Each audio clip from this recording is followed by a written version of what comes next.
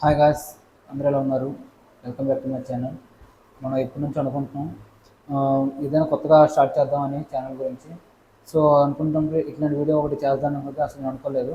But మనం ఏంటంటే డైరెక్ట్గా విషయంలోకి వెళ్తే ఆ, మన కృష్ణా జిల్లాలోని గొడ్లవల్లేరు ఇంజనీరింగ్ కాలేజీలో అయితే ఆ, ఒక అబ్బాయి ఏమో సీసీ కెమెరాస్ పెట్టి హాస్టల్స్లో ఇట్లా వీడియోస్ తీసుకున్నాడంట.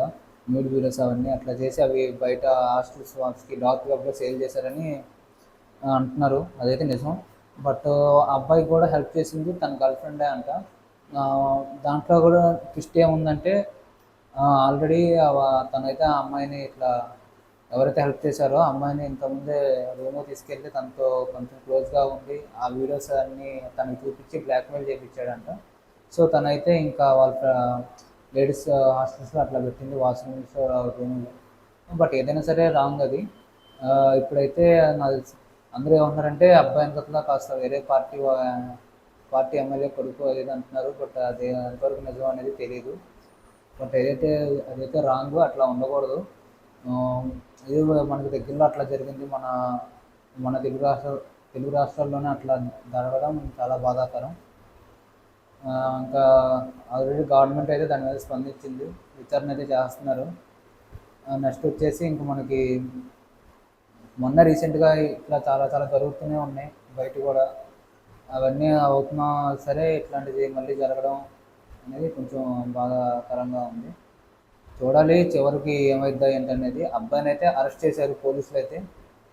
కౌన్సిలర్ ప్రజెంట్ కస్టడీకి పంపించారు. ఆ అమ్మాయిని ఇంకా అరెస్ట్ చేయలేదు అనుకుంటాను. ఆ అబ్బాయిని అయితే అరెస్ట్ చేశారు. ఆ అమ్మాయిని కూడా చేసే ఉంటారు, ఇంతవరకు చేయకుండా ఉండరు. ఇదైతే మన ఛానల్లో ఫస్ట్ వీడియో అనుకున్నా. ఇట్లాంటి వీడియో అసలు పెడతాను అనుకోలేదు. ఏదైనా సంథింగ్ డిఫరెంట్ టాపిక్స్ మీద చేద్దాం అనుకున్నాం. ఓకే గైస్, నెక్స్ట్ వచ్చేసరికి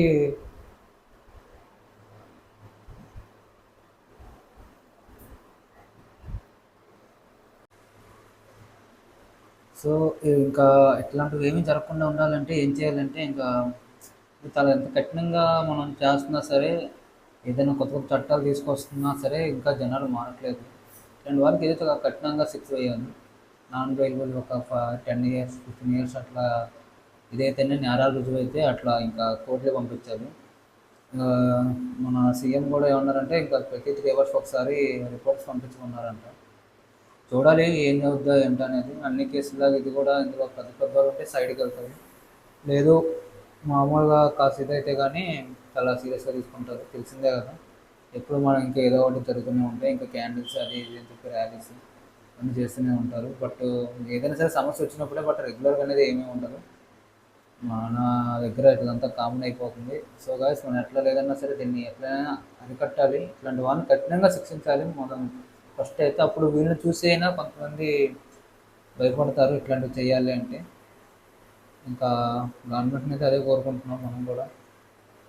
ఓకే గాయస్, ఉంటాను. నెక్స్ట్ వీడియోతో అయితే ఇంకా కలుసుకుందాం.